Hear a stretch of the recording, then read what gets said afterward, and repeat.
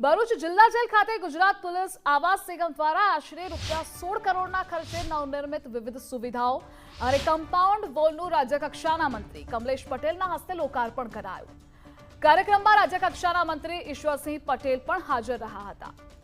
Jail પરિસરમાં મહિલા barrack, hardcore cell, બાળકો માટે આંગણવાડી, matron office, canteen, library, indoor games room, જન સેવા કેન્દ્ર અને એડમિનિસ્ટ્રેશન ઓફિસ સહિતની સુવિધાઓને શરૂ કરાઈ।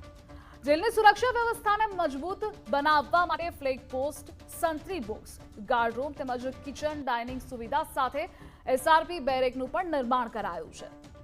આ ઉપરાંત જેલની આશરે 8 એકર જમીન ફરતે નવી મજબૂત કમ્પાઉન્ડ વોલનું પણ લોકાર્પણ કરાયું। કમલેશભાઈ પટેલે જણાવ્યું હતું કે રાજ્ય સરકાર જેલોના આધુનિકીકરણની સાથે સુધારાત્મક અભિગમ અપનાવી કેદીઓ તથા જેલ પરિવાર માટે જરૂરી સુવિધાઓ ઉપલબ્ધ કરાવવા પ્રતિબદ્ધ છે।